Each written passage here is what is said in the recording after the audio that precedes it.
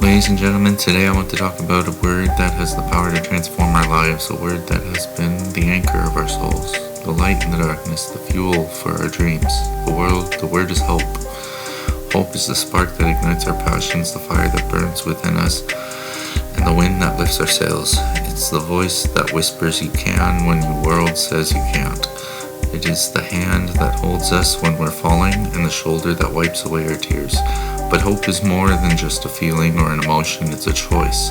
It's a decision to believe the things that can better us, that our circumstances can change, and that our dreams can be made into a reality.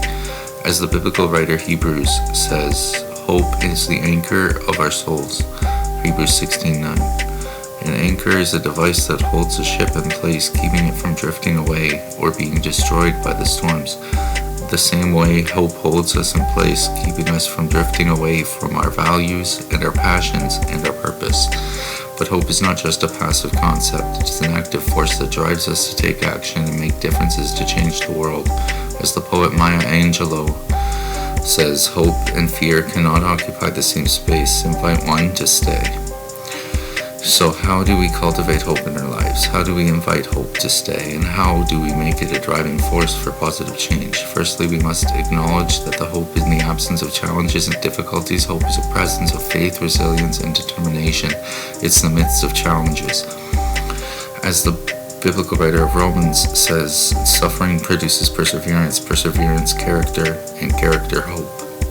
Secondly, must surround ourselves with people who inspire and support us. As the poet John Donne says, no man is an island entire to itself.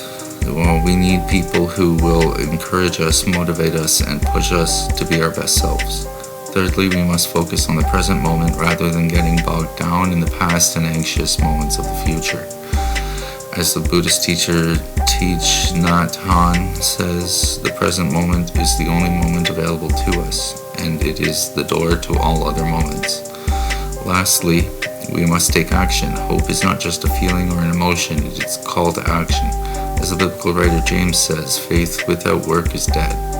James 2:26. We must put our hope in practice towards creating a better world for ourselves and others in the future.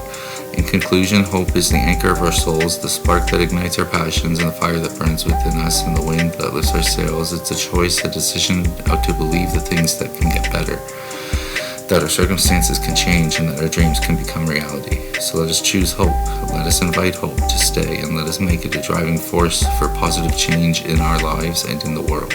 Thank you.